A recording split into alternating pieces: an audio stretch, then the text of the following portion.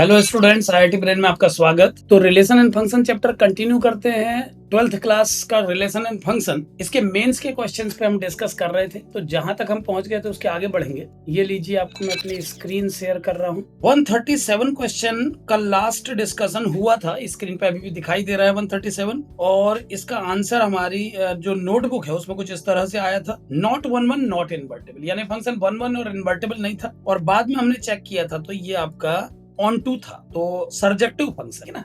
यहाँ पर हमने 137 पे कल की क्लास एंड की थी। 137 करने के बाद अब अगला क्वेश्चन क्या होगा देखते हैं। क्वेश्चन नंबर, अब अगला क्वेश्चन क्या है 137 के बाद देखें। 137 के बाद अगला डिस्कशन हम करेंगे 140 पे। ये क्वेश्चन बिल्कुल डिफरेंट टाइप का है, इसीलिए मैंने इसको पिक किया है। एक बार आप पहले पढ़ें इसे। fx plus 2f1 upon x equal to 3x दिया है। x is not equal to 0 बोला है। वो क्यों बोला आप जानते हैं, क्योंकि 1 बाय एक्स अनडिफाइंड हो जाएगा नहीं। तो क्वेश्चन है fx plus 2f1 by x equal to 3x, x is not equal to 0 and S contains all x which follows the condition fx equal to f minus x। आपको बताना है S कैसा set. ये एक empty set है, इसमें एक element है, इसमें दो है, या इसमें मोर देन 2 है, ठीक है ना। तो कंडीशन को सेकंड पेज पे ले जाते हैं और एस सेट के बारे में जो भी इंफॉर्मेशन है वो लिख लेते हैं। हमारा क्वेश्चन क्या है देखें, fx plus 2f1 by x equal to 3x, fx plus 2 times f1 by x equal to 3x। एक बार और देख लीजिए, x is not equal to 0 भी लिखा हुआ है। यहाँ पर क्वेश्चन में फिर दिखा दे रहा हूँ, fx plus 2f1 by x equal to 3x, x is not equal to 0 and S set contains all real numbers which follows the condition fx equal to f minus x। ये भी लिख देता हूं कि S is the set which contain all real numbers such that fx equal to f minus x, है ना। यानी कि इस फंक्शन को इवन बनने की कंडीशन को फॉलो करते हुए जितने भी एलिमेंट हैं वो यहाँ पर रखने, माने जो x ऐसे हैं जो fx को f minus x बना सकते हैं, यानी इवन फंक्शन जैसा बिहेवियर करवा सकते हैं x से, वो आपके इस S सेट में कंटेंट है। आपको बताना है S सेट में कितने एलिमेंट हैं और कौन कौन। If fx plus 2f1 by x equal to 3x, x is not equal to 0 and S contains all x such that fx बराबर f minus x, then S का नेचर हमको बताना है। तो सिंपली देखिए, ऐसा सवाल करते कैसे आप उसको समझिए, सीधे सीधे थीम पे आ जाइए तो उससे ज्यादा बेनिफिट होगा। सवाल का आंसर निकालने से ज्यादा जरूरी है उसको करने का मेथड ध्यान देना। जो क्वेश्चन लिखा है अगर आप उसको गौर से देखें तो ये दो टर्म से मिलकर बना है, एक fx और एक f1 by x। दोनों सेम फंक्शन है लेकिन उनके अंदर के इनपुट अलग अलग है। अब कभी भी ऐसा क्वेश्चन सामने आए और fx की वैल्यू तक पहुंचना हो तो सबसे बेस्ट और सिंपल तरीका यही है कि x को 1 by x से कन्वर्ट कर दीजिए। तो अगर आप x को 1 by x से रिप्लेस कर देंगे तो दोनों साइड ये कन्वर्जन करने पर हमारा क्वेश्चन कुछ इस तरह का बन जाएगा, है ना। यानी अगर fx plus 2f1 by x 3x है तो f1 by x plus 2fx बराबर 3 by x हो जाएगा। अब इन दोनों को मैं सॉल्व करने से पहले इस इक्वेशन को 2 से मल्टीप्लाई कर रहा हूं। ये बन जाएगा 2, ध्यान देते रहिए, ये सब आप लोग जानते हैं। ये 2 4 बन जाएगा और ये जो 3 है ये 6 बन। अब ये इक्वेशन ऐसी, मैंने पहली इक्वेशन में मैंने x को 1 by x से रिप्लेस किया और इस चेंज के बाद 2 से मल्टीप्लाई कर दिया। करने का कारण आप लोग जानते हैं कि जैसे ही मैं इन दोनों इक्वेशन को सब्ट्रैक्ट करूंगा ये टर्म कट जाएगा और अब fx माइनस 4fx को मैं लिख पाऊंगा minus 3fx in left side. Right में मुझे मिलेगा 3x माइनस 6 by x और अब माइनस 3 से डिवाइड करने पर ये बन जाएगा fx equal to minus x plus 6 by x। कुछ इस तरह की वैल्यू fx की मुझे मिलेगी। अब समझने की कोशिश करें, मुझे S सेट ऐसा बनाना है जो fx equal to f minus x follow करे। तो मैं जल्दी से fx की मदद से f माइनस x निकाल लेता हूँ। सो f minus x will become x minus 6 by x। और अब मैं इन दोनों को कंपेयर करता हूँ क्योंकि कंडीशन है इन दोनों को बराबर करके जो x निकलेंगे वही S में रहे। अब आप इन दोनों को इक्वेट कीजिए, आपको जो x की वैल्यू मिल जाती है उन्हें गिन लीजिए वो कितनी है। अगर वो 1 है तो वो ऑप्शन टिक कर दीजिए जिसमें लिखा है कि S में एक एलिमेंट है। अगर 2 आती है तो 2 में टिक कर दीजिए, नहीं आती है तो जो एम्प्टी सेट लिखा उसमें टिक कर दीजिए। 2 से ज्यादा आते, 2 से ज्यादा तो खैर नहीं आएंगी क्योंकि क्वाड्रेटिक बनेगा मैक्सिमम। यही हो सकता है कि उसके रूट रियल ना आए, बट यहाँ पर जिस तरीके की क्वाड्रेटिक बनेगी मुझे लगता है कि ये हो जाएगा। दोनों रूट पॉसिबल होंगे, देख लेते हैं एक बार। fx f माइनस x से अगर इक्वेट करें तो x माइनस 6 by x बराबर हो जाएगा minus x plus 6 by x, यानी कि हो जाएगा 2 टाइम्स x बराबर 12 by x। हो गया, बहुत सिंपल है। इसके आगे आप कर ले, एक्स स्क्वायर का वैल्यू 6 आ गया है। हाँ, 6 2 12 आएगा ना। एक मिनट देख लीजिए, मैंने यहाँ पर सारे टर्म लिखे तो है ना। हाँ 3 से, अच्छा 3 से कैंसिल करके मैंने एक मिस्टेक कर दी, यहाँ पर 2 लिखना चाहिए था मुझे। ये मैंने 3 ये काटा, ये 3 काटा, ये 6 मैंने 6 ही रहने दिया, इसे भी 2 बना। तो एक सीधी सी मिस्टेक मिल रही है, उसको मैं रिमूव कर दूं। पहले ये जो 6 टर्म है इसे 2 कर देता हूँ और अब ये बन जाएगा आपका x minus 2 by x equal to minus x plus 2 by x। Actual में जब मेरी इस लाइन पे नजर पड़ी तो इस लाइन के नेक्स्ट लाइन में मैंने यहाँ पर 6 लिखा हुआ था, जबकि 3 से मैंने इसे कैंसिल किया था तो इसे 2 होना चाहिए था। उसी एरर को मैंने दूर किया है। अब ये 12 की जगह 4 हो जाए। और अब इसके बाद आप एक्स स्क्वायर बराबर 2 आ जाएगा तो एक्स की वैल्यू कैलकुलेट कर सकते हैं। साफ दिखाई दे रहा है, एक्स की दो वैल्यू आएंगी प्लस रूट 2 और माइनस। तो सिंपल क्वेश्चन, आप इसको सॉल्व करें। आगे बढ़ते हैं अगले क्वेश्चन में। 140 कंप्लीट करने के बाद हमारा अगला क्वेश्चन है 141, 2, 3, 144, 5, 6, 7। 147 हमारा अगला डिस्कशन है, एक बार रीड कर लें। फिर से फंक्शन बेस्ड क्वेश्चन है। रिलेशन एंड फंक्शन में इतना टाइम लगने की वजह यही है कि इसके क्वेश्चंस बड़े टिपिकल होते हैं, हर क्वेश्चन को करने का एक अलग पैटर्न, ठीक है ना। और चैप्टर्स में इतना टाइम नहीं लगता है, जैसे लॉगरिथम का पार्ट तो 2-3 दिन में ही खत्म हो गया था, लेकिन इस टॉपिक में टाइम लग रहा है। अगला टॉपिक हमारा सीक्वेंस एंड सीरीज है और मुझे लगता है उसमें भी इतना टाइम नहीं लगना चाहिए। A real valued function fx satisfies this condition fx minus y equal to fx fy minus fa minus x fa plus y। एक बार मैं लिख लेता हूं। क्वेश्चन नंबर 147 हमारा अगला डिस्कशन है और कंडीशन दी है fx minus y equal to fx into fy minus है प्लस है, बीच में देख लीजिए माइनस है fa minus x fa minus x fa plus y। कुछ इस तरह का कंडीशन दिया है। fx minus y का वैल्यू दिया है fx fy minus fa minus x fa plus y। अब देखें, a real valued function fx satisfies the condition fx minus y equal to fx fy minus fa minus x fa plus y where a is a constant and f0 is constant and f0 is 1। जो दिया है मैं सब लगा दे रहा हूं और आपको निकालनी है जिस टर्म की वैल्यू वो है f2a minus x। ये भी लिख देता हूं, f2a minus x आपको सॉल्व करना, f2a minus x का वैल्यू आपको निकालना। फिर देखिए फंक्शन का क्वेश्चन बिल्कुल सेपरेट कैटेगरी। फंक्शन के क्वेश्चंस की यही खास बात होती है कि इसके क्वेश्चन कोई सेट पैटर्न पे काम नहीं करते। अब हमें इस टर्म की वैल्यू निकालने को बोला है तो हमें इसके जैसा फंक्शन बनाने की कोशिश करनी है। बस किसी भी तरह बस ये टर्म हमारे सामने आ जाए, हम उसकी वैल्यू हिंट के रूप में, टूल के रूप में हम f0 का इस्तेमाल कर सकते हैं और एक कांस्टेंट है। ये बात हमें एक बार पढ़ ले, सवाल को मैं आपके सामने रख देता हूं। 147th question, a real valued function fx satisfies the functional equation fx minus y equal to fx fy minus fa minus x fa plus y। a is constant, f0 is 1। आपको f2a minus x की value नहीं, और जो answer निकालना है वो भी fx के टर्म्स। कैसे करेंगे देखिए एक बार। सबसे पहले भैया fa का वैल्यू पता करने की कोशिश करते हैं, तो f0 हमारे लिए हेल्प का रोल प्ले करेगा। ये हेल्प है। सबसे पहले एक काम करिए, एक बात और देख लेते हैं कि ये जो xy है ये क्या है। अ रियल वैल्यूड फंक्शन, ठीक है। A real valued function fx satisfies the functional value. इसका मतलब जो भी आउटकम आएगा वो रियल होगा और डेफिनेटली हम डोमेन में जो वैल्यू पुट करेंगे वो भी रियल ही रखेंगे, है ना। Real and real valued function बोलना था वैसे, बट ठीक है, वो बात समझ में आ रही लिखने से कि रियल वैल्यू ही इनपुट है, रियल ही आउटपुट है। तो एक काम करते हैं, सबसे पहले इस इक्वेशन में, इक्वेशन 1 में put x equal to 0 and y equal to 0। हमको पता है x और y डोमेन की दो वैल्यू, हम 0 पुट करके देखना चाहेंगे तो ये बन जाएगा f नॉट माइनस नॉट। अच्छा, ये जो 0 में पुट कर रहा हूं यहाँ पर ये सवाल उठता है कि सर 0 क्यों पुट किया, तो ध्यान दीजिएगा f0 का एक तो वैल्यू दिया हुआ है ना, f0 का वैल्यू गिवन है और इस तरह के सवालों में हमको कुछ वैल्यूज अपने मन से निकालनी पड़ती हैं, तो उसमें सबसे ज्यादा अप्रोप्रिएट वैल्यू f0 और f1। तो 0 और 1 को पुट करके कुछ सपोर्टिंग वैल्यूज मिल जाती हैं, बस उसी लालच में मैंने 0 पुट किया। मैं देखना चाहता हूं कि क्या कुछ और मिल जाएगा। तो ये बन गया f not equal to f not square minus fa square हो गया, क्योंकि a माइनस 0 a प्लस 0 दोनों a हैं। f नॉट का वैल्यू 1 दिया है तो इनकी जगह तो मैं 1 रख देता हूं और बिल्कुल सही है हम लोग का संदेह, fa का वैल्यू 0 है, ये हमें पता लग गया इस डिस्कशन से। यानी जैसे ही हमने x और y को 0 पुट किया, fa का वैल्यू हमको पता लग गया, ये अननोन, लेकिन अब हमें fa पता, ठीक है। अब fa पता करने के बाद हमें जो निकालना है टर्म, उस पे आइए, हमें f2a minus x निकालना है और इस इक्वेशन के अलावा हमारे पास कोई हिंट नहीं है। तो अब हम x और y की वैल्यू अपने मन से कंसिडर करके कुछ भी करके 2a minus x को बनाने की कोशिश करते हैं। तो एक कॉम्बिनेशन जो पॉसिबल लग सकता है वो है put x equal to a and y equal to a minus x. नहीं, एक मिनट, बीच में माइनस साइन लगा हुआ है ना, बीच में माइनस साइन अगर लगा हुआ है तो इसको a माइनस एक्स मत करिए, x माइनस। तो एक्चुअल में अगर बीच में प्लस साइन होता, यहाँ पर गौर करें, अगर यहाँ प्लस साइन होता तो एक को मैं a रखता, एक को a माइनस एक्स, तो ये 2a माइनस एक्स बन जाता, लेकिन इसके बीच में माइनस साइन है। तो जैसा क्वेश्चन है उसी हिसाब से मैंने भी रख दिया, x को a और y को x माइनस है।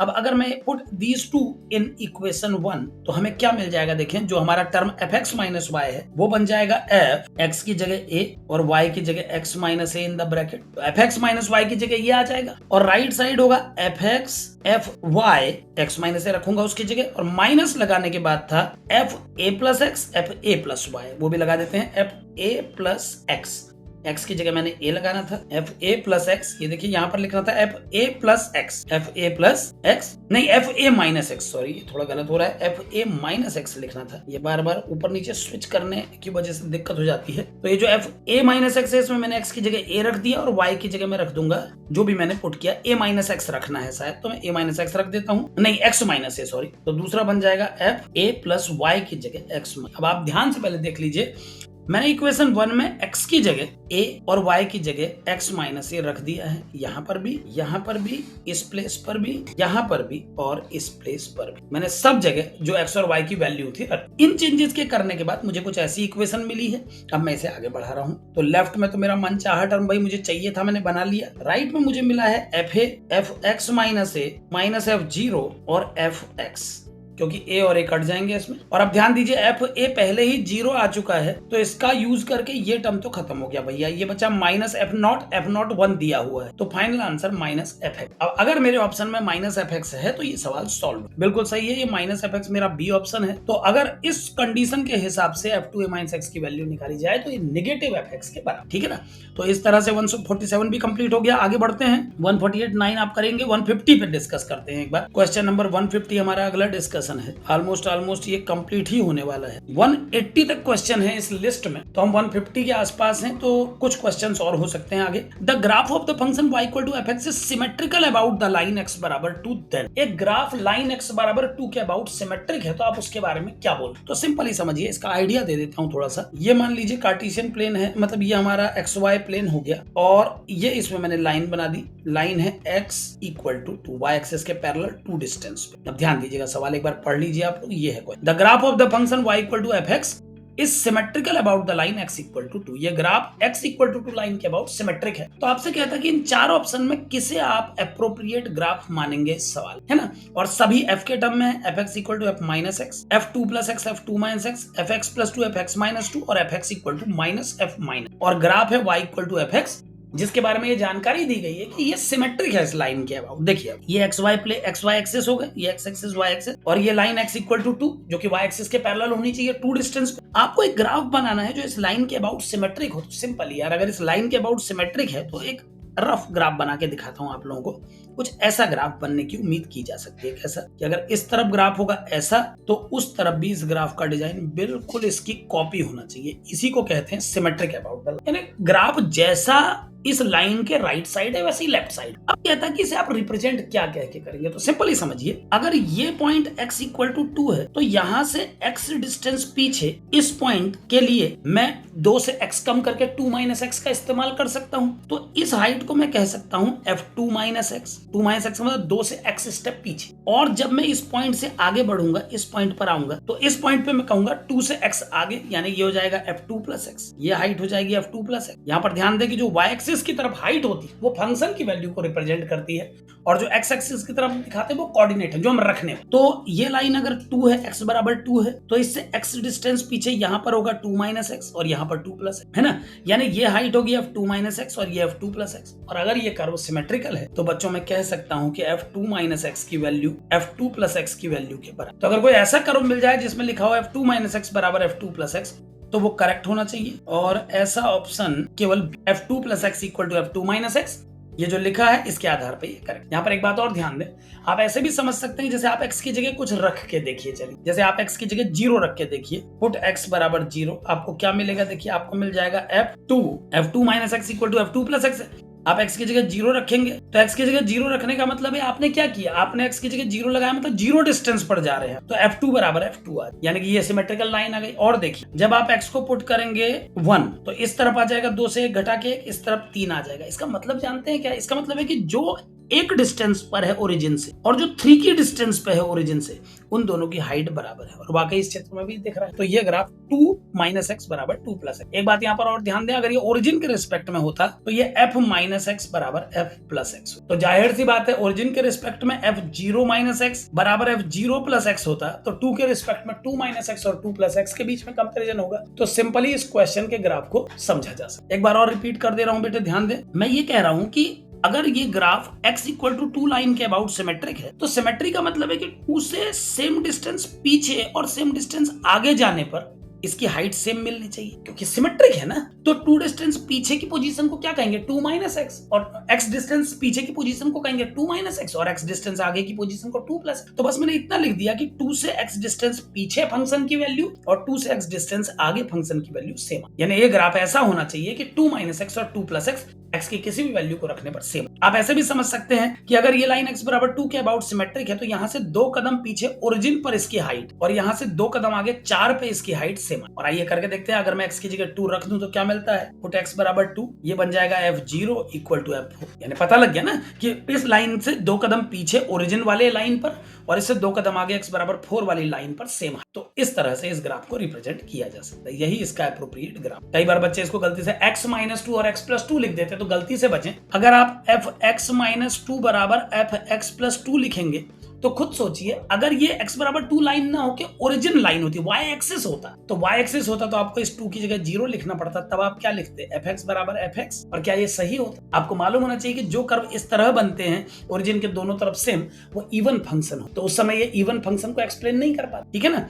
तो इसीलिए इस ग्राफ को रिप्रेजेंट करने का तरीका बस f2 minus x equal to f2 plus x हो, अगर ये ग्राफ x बराबर 2 लाइन के अबाउट सिमेट्रिक। तो जो ग्राफ जिस लाइन के अबाउट सिमेट्रिक होगा उसके अबाउट उसकी इक्वेशन को एक्सप्लेन किया जाएगा। एक बात मैं और लिख देता हूं नीचे, जो मैं बोल रहा था उसे मैं लिख भी देता हूं कि अगर कोई ग्राफ y एक्सिस के अबाउट सिमेट्रिक हो, जैसे y एक्सिस के इस तरफ भी उसका डिजाइन वैसा ही है जैसे y एक्सिस के इस तरफ है, तो आप जानते हैं ना ये इवन फंक्शन है। इसमें आप क्या बोलते हैं, इसमें आप बोलते हैं fx बराबर f माइन, यानी आप बताना चाहते हैं कि चाहे आप x लगाओ या माइनस x लगाओ आपको हाइट सेम मिले, आप ये बताना चाहते हैं। तो जब इसमें आप f बराबर माइनस x बोलते हैं तो इसका क्या मतलब है, इसका मतलब है आप f0 प्लस x बराबर f0 माइनस x बोलना, आप ये बोलना चाहते हैं कि x बराबर 0 ओरिजिन लाइन से x डिस्टेंस आगे चले जाओ या x डिस्टेंस पीछे आ जाओ, आपको सेम आउटपुट मिलेगा।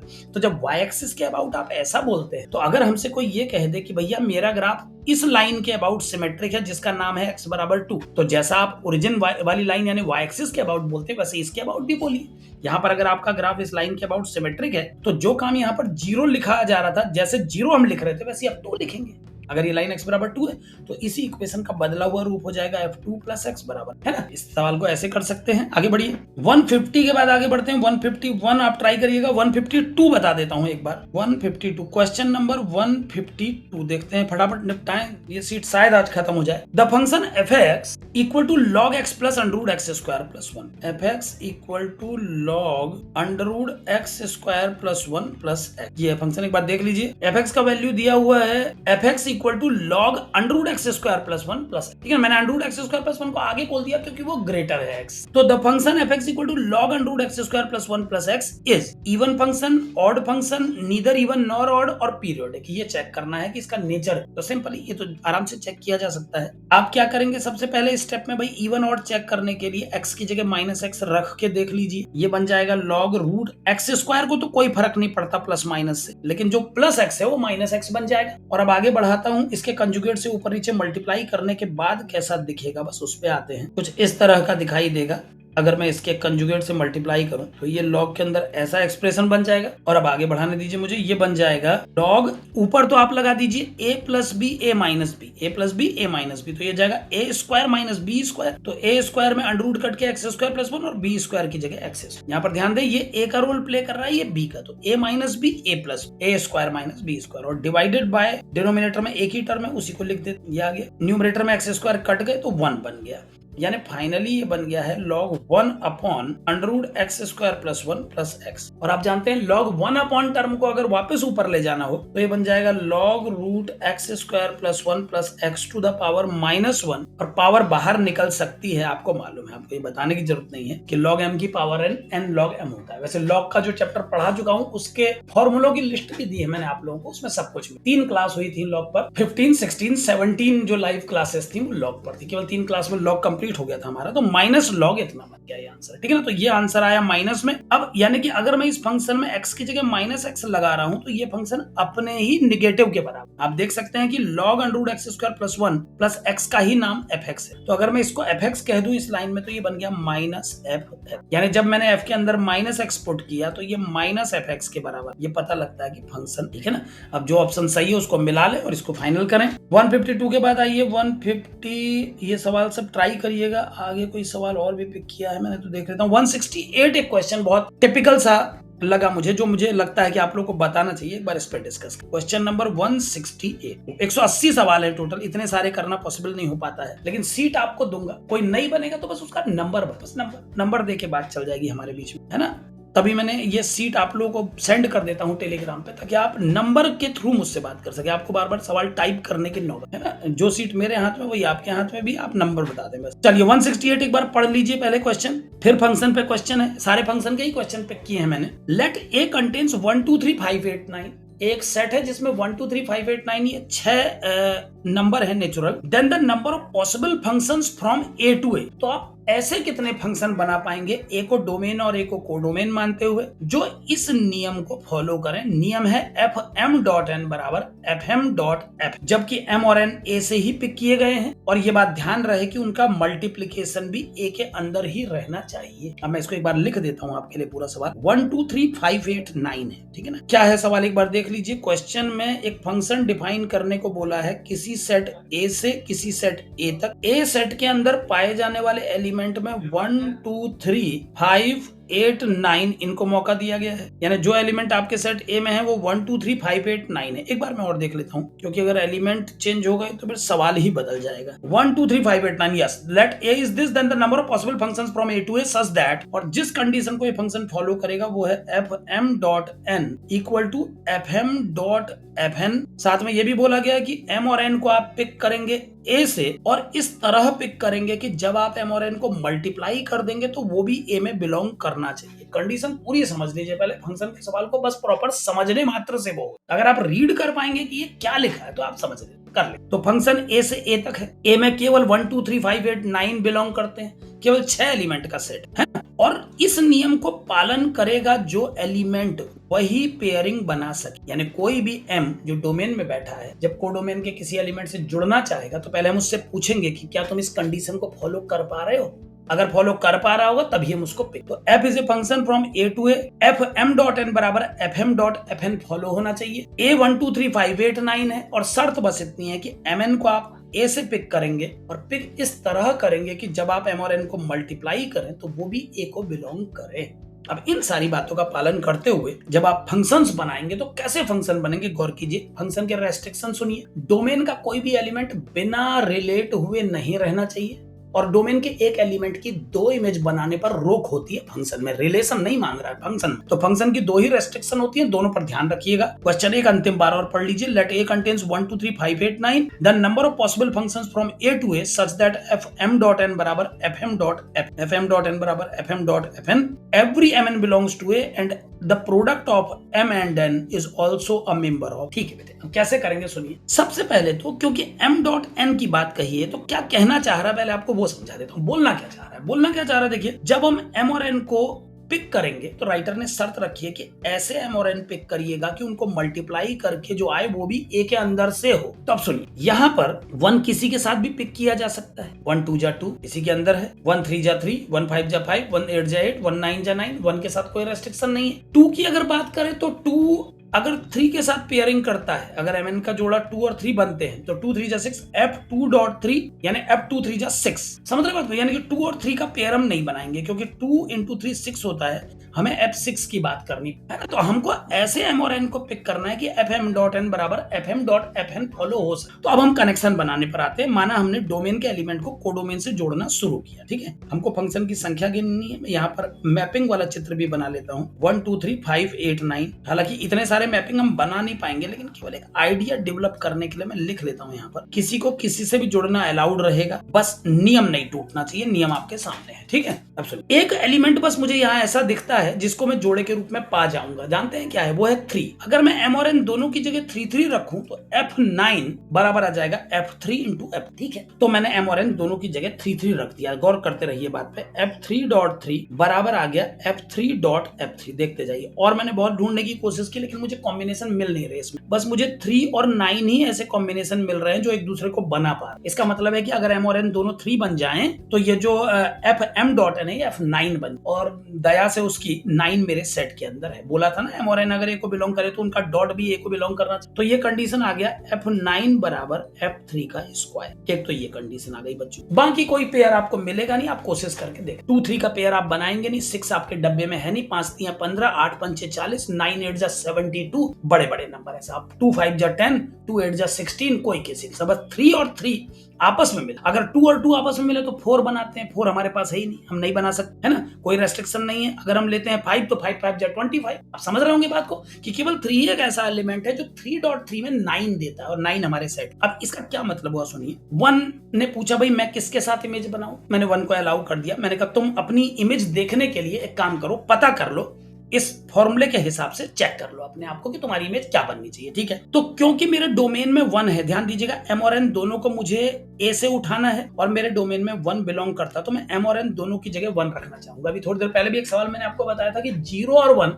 एलिमेंट्स होते हैं जिन पर रिलेशंस चेक किए जाते हैं बिगिनिंग के लिए, कुछ इनिशियल कंडीशन पाने के लिए। तो भाई साहब मैंने एम और एन दोनों की जगह 1 1 रख दिया, तो ये क्या बन गया देखिए, F1.1 बराबर F1.F1, यानी F1 बराबर आ गया F1 का स्क्वायर। दोनों को एक तरफ ले लिया तो F1 का स्क्वायर माइनस F1 बराबर 0, F1 कॉमन लेकर के ये बन गया F1 माइनस 1 बराबर 0, और F1 की दो वैल्यू आपके सामने पेश की जाती हैं, एक 0 एक 1। F1 की दो वैल्यू आई है, एक 0 आई एक 1। 0 को मैं निरस्त करता हूं, मेरे डोमेन में नहीं है, यानी अगर F1 0 होता तो मैं 0 देख पा रहा हूं, मेरे कोडोमेन में 0 नहीं, मैं 1 को कनेक्ट किससे करूंगा, तो 1 केवल 1 ही आ। तो आप लोग समझ पाए ना इस बात को कि 1 का रिलेशन तो 1 से बना दो चुपचाप, और कुछ नहीं कर सकते। यानी डोमेन में बैठा 1 जब पूछेगा मैं किससे कनेक्ट होऊं, तो मेरे पास एक ही ऑप्शन है उसको देने के लिए। मैंने कहा भैया तू 1 से जुड़ जा, और तेरे पास कुछ नहीं है जुड़े, ठीक। 1 पे क्लैरिटी आ गई। F2 क्या बनेगा, अभी कोई क्लैरिटी नहीं है, क्योंकि 2 का किसी के साथ कॉम्बिनेशन ही नहीं बना है, तो 2 के ऊपर रेस्ट्रिक्शन नहीं लगा सकते, 2 के बारे में चुप रहेंगे। अभी 3 पे आते हैं, चलिए F3 पे आते हैं, क्योंकि एकमात्र 3 ही ऐसा था जिसने किसी दूसरे के साथ कनेक्शन बनाने की कोशिश की। 3 के बारे में आप गौर से देखें, 3 जो है उसने लिंक अप होने की कोशिश की है 9 के साथ, तो 3 के ऊपर बहुत जिम्मेदारी बन जाती। 3 को इस बात का ध्यान रखना पड़ेगा कि उसके किसी मूव से 9 को तकलीफ नहीं पहुंचे, यानी 9 की वैल्यू को भी बैलेंस रखना पड़ेगा उसको। तो आप देखिए, सुनिए, मैं बोल रहा हूं ध्यान से देखिएगा। अगर मैं कहता हूं कि F3 1 है, अगर मैं F3 को 1 बना दूं, माना F3 1 है, तो F9 भी 1 हो जाएगा, और इत्तेफाक से 1 मेरे पास, तो F3 अपने को 1 बना सकता है। माने मैं यहां लिखते जाता हूं कि F3 की वैल्यू 1 हो सकती है, और ऐसा करने पर F9 जो कि बाउंडेड है उसे भी मजबूरी में 1 बन, क्योंकि भैया F9 F3 का स्क्वायर, ठीक। अच्छा, अगर F3 2 बनता है तो F9 को बनना पड़ेगा 2 का स्क्वायर 4, लेकिन 4 तो है ही नहीं, तो F9 4 नहीं बन सकता, तो F3 2 भी नहीं बन सकता, क्योंकि अगर F3 ने 2 बनने की कोशिश की तो मैं आपके फंक्शन को निरस्त कर डालूंगा। F3 को 2 रखते ही F9 4 बन जाएगा, कहां से लाऊं, 4 है ही नहीं मेरे पास, है ना। तो F3 को 2 नहीं बनने दूंगा मैं, F3 को 3 बनाता हूं। अभी मान लीजिए F3 कहता सर मुझे 3 बना दीजिए, तो ऐसे में F9 को बनना पड़ जाएगा 9। बड़ी खुशी की बात है, 9 मेरे पास है तो मैं बनने दूंगा। F3 अगर 3 कहेगा बनने को, मैं अलाउ करूंगा। अच्छा, इसके बाद मान लीजिए F3 कहता है मुझे बनना है 5, तो F9 को बनना पड़ेगा 25। कैसे लाऊं, 25 तो है ही नहीं मेरे पास, तो इसको भी मैं रिजेक्ट करता हूं। अब बचे 2 और। F3 अगर कहता मैं 8 बनता हूं, तो F9 बन जाएगा 8 का स्क्वायर 64, मेरे पास नहीं है, मैं रिजेक्ट करता हूं। और अगर F3 कहता मैं 9 बनता हूं, तो F9 कहेगा मैं 81 बनता हूं, कहां से लाऊं, इस तरह से। तो F1 तो केवल 1 बनेगा, क्योंकि वो इस आउटकम से पता लग गया है कि F1 का वैल्यू केवल 1 हो सकता है। F3 और F9 आपस में बंधे हुए हैं, तो F3 को अपनी वैल्यू डिसाइड करने से पहले F9 से परमिशन लेनी पड़ेगी, है ना, उससे पूछना पड़ेगा कि क्या आप एग्री हैं, और किसी के बीच में कोई बंधन। तो F3 को 1 बनाया जा सकता है, आप देख पा रहे होंगे, और अगर आपने ऐसा किया तो F9 भी 1 बन जाए, और F3 को आप 3 बना सकते हैं, अगर आप ऐसा करते हैं तो F9 9 बन। इसका मतलब F3 के पास 2 चॉइस है, मैं लिखता जाता हूं। F1 के पास केवल 1 चॉइस है, और F3 के पास 2 चॉइस। F9 के पास 2 चॉइस है, लेकिन वो बधी हुई है, तो F9 के पास कोई चॉइस नहीं बना, मतलब F3 और F9 के पास टोटली 2 ही चॉइस, क्योंकि F3 अगर 1 बनेगा तो F9 के पास 1 बनना मजबूरी है, और F3 अगर 3 बनेगा तो F9 का 9 बनना मजबूरी। और बाकी आप देख पा रहे हैं किसी से किसी का कोई लिंक। 2 और 3 के ऊपर मैं कोई प्रतिबंध लगाऊंगा नहीं, क्योंकि 6 मेरे पास है नहीं। जैसे 3 के ऊपर मैंने रेस्ट्रिक्शन लगाया, क्योंकि 3 3 जा 9 होता है, लेकिन 2 और 3 पे मैं कोई रेस्ट्रिक्शन नहीं लगाऊंगा, क्योंकि 6 है ही नहीं मेरे पास। 3 और 5 पे मैं कोई रेस्ट्रिक्शन नहीं लगाऊंगा, 5 और 8 पे मैं कोई रेस्ट्रिक्शन नहीं लगाऊंगा।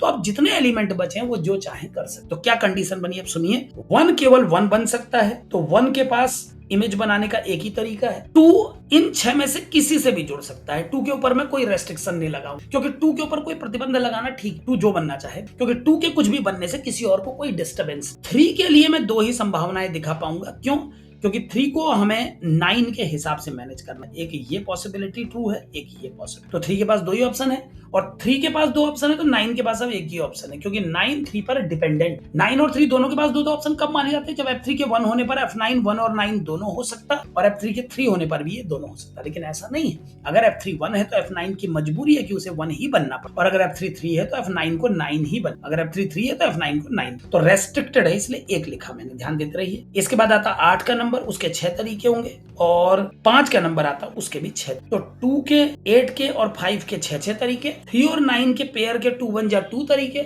और 1 केवल 1 से ही जुड़ सकता। अब एक बार सॉल्व करके देख लीजिए कितना आता है। ये 6 6 6 यानी 6 6 जा 36 इंटू 6 2 जा 12, तो ये हो गया 12 से 72, 12 36 40, 432 तरीकों से ये फंक्शन बन सकता। इस प्रतिबंध के साथ 432 तरीकों से आप फंक्शन बना सकते। 1 को केवल 1 से ही जोड़ पाएंगे आप, क्योंकि ये आया है केवल 1। 3 और 9 आपस में बंध के काम करेंगे। 2 ही संभावनाएं हैं, F3 और F9 दोनों 1 बन जाए, या F3 3 बन जाए, F9 9। बाकी तीनों आपस में बंधे नहीं है, उनको जो करना है तो उनके 6 तरीके। तो 6 into 6 into 6 into 2 into 1 into 1 यानी 36 इंटू 12 432 तरीकों से ये फंक्शन बन सकता, ठीक है ना। तो ये है आपका 168 कंप्लीट हो गया। आगे बढ़ते हैं, अभी थोड़ा और कर सकते हैं। 169 170 171 ये सब आप ट्राई करिएगा। ऐसे सवाल पहले भी आ चुके हैं।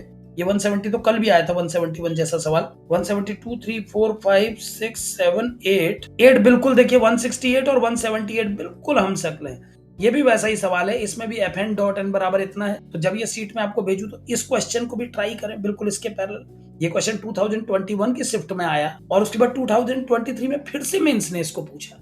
इसका मतलब एक जैसे दिखने वाले सवाल बार बार पूछे जाते, बस नंबर बदल दिए। 1 2 3 5 8 9, यहाँ पर 1 2 3 4 5 6 7। यहाँ पर देखिए अब 2 का स्क्वायर 4 है, 3 2 जा 6 है, यहाँ रेस्ट्रिक्शन ज्यादा है। तो इसको आप लोग ट्राई करिएगा सिमिलर पे, ठीक है ना। चलिए 179 पे मैंने टिक किया, एक बार इसको देख लेते हैं। क्वेश्चन नंबर 179, क्वेश्चन नंबर 179 पे एक बार आ जाते हैं। क्या है क्वेश्चन, एक बार हिंट तो कम से कम मैं दे ही देता हूं, क्योंकि अब 2 ही क्वेश्चन बचे, इनको पूरा कर दूंगा आज ये चैप्टर कंप्लीट हो जाएगा मेंस तक। चलिए 179 में क्या क्या दिया एक बार पढ़ लें क्वेश्चन को। a प्लस अल्फा दिया है, b प्लस बीटा दिया है, तो एक फंक्शन दिया है और आपको वैल्यू निकालनी है इस एक्सप्रेशन की। मैं ये तीनों चीजें पहले स्क्रीन पर अपनी नोटबुक पे ले जाता हूँ। a प्लस अल्फा 1 दिया है, b प्लस बीटा 2 दिया है, और एक लंबा चौड़ा फंक्शन दिया है। वो क्या है, a f x plus alpha 1 by x. a f x plus alpha f1 by x equal to a f x plus alpha 1 by x equal to bx plus beta by equal to bx plus beta by x, ऐसा दिया हुआ। देखिए a plus alpha 1 है, b plus beta 2 है, a f x plus alpha 1 by f1 by x equal to bx plus beta by x है। x is not equal to 0, ये तो देना ही था, क्योंकि डिनोमिनेटर में अगर x यूज हो रहा है तो फंक्शन को मीनिंगफुल बनाने के लिए नॉट 0 बोलना ही पड़ेगा।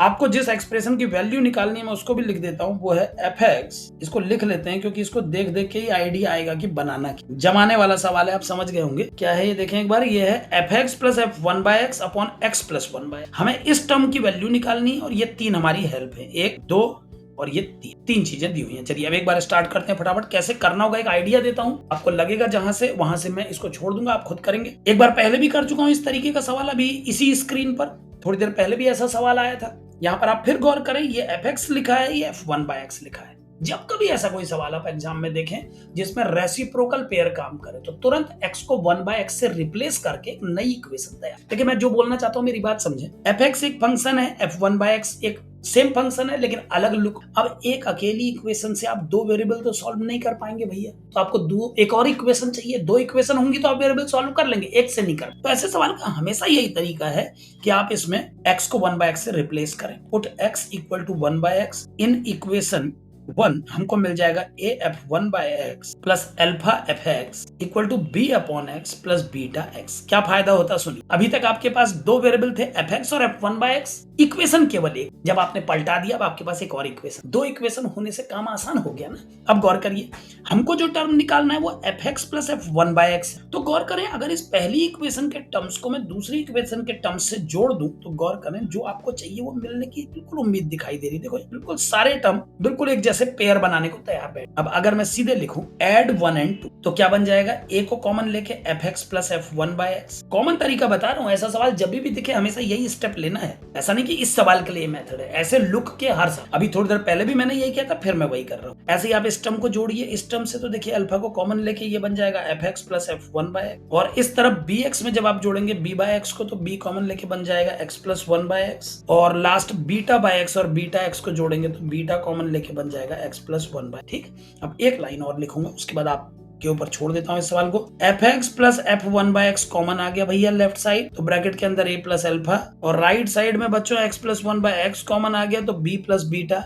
अब यार b प्लस बीटा भी दिया है, a प्लस अल्फा भी दिया हुआ है, और जो टर्म निकालना वो एग्जैक्टली देखो जिन दोनों का रेशियो है, ये हमारा क्वेश्चन मार्क था, ये दोनों भी आ गए। इसके आगे एक लाइन आप खुद कर लीजिए, तो ये कंप्लीट हो गया। ठीक है ना, आगे बढ़ते हैं। 179 को आप कर लेंगे मुझे उम्मीद है। 180 क्वेश्चन, लास्ट क्वेश्चन है रिलेशंस का, तो इसके साथ रिलेशन की कहानी तो एक विराम देके अगले चैप्टर की तरफ चलेंगे। देखिए क्वेश्चन तो कभी खत्म नहीं होते हैं, लेकिन हमको एक फिक्स इंटरवल के बाद ये तय करना पड़ेगा कि अब हमारा ये चैप्टर कंप्लीट हो चुका है, अब थोड़ा दूसरे की तरफ बढ़े। तो कल से नेक्स्ट चैप्टर स्टार्ट होगा, 5वां लेसन। 32 चैप्टर में तोड़ा है पूरे सिलेबस को, 4 हो चुके हैं, अब 5वें की तरफ बढ़ेंगे। लास्ट क्वेश्चन देखिए 179 के बाद 180 लास्ट है। Let a contains ABC, a is a set contains ABC, 3 element है इसमें, और B के अंदर 1 2 3 4 है, ये भी लिख देता हूं। B के अंदर है 1 2 3 4। Then the number of element in the set C, एक सेट C है। अब C के अंदर एलिमेंट है कौन, ये देखते हैं पहले। C के अंदर एक फंक्शन बैठा है, क्या बात है, ये देखिए कितना इंटरेस्टिंग क्वेश्चन है कि जो एलिमेंट का रोल प्ले कर रहा है वो खुद भी एक फंक्शन है। मतलब आपको A और B के बीच में फंक्शन बनाने हैं और फंक्शन ही एलिमेंट है। क्या मतलब C एक ऐसा सेट है जिसमें एलिमेंट की जगह 1 2 3 4 नहीं लिखे हैं, फंक्शन बैठे हो, फंक्शंस एलिमेंट का रोल प्ले कर। अब कैसे करेंगे, देखिए C एक फंक्शन है,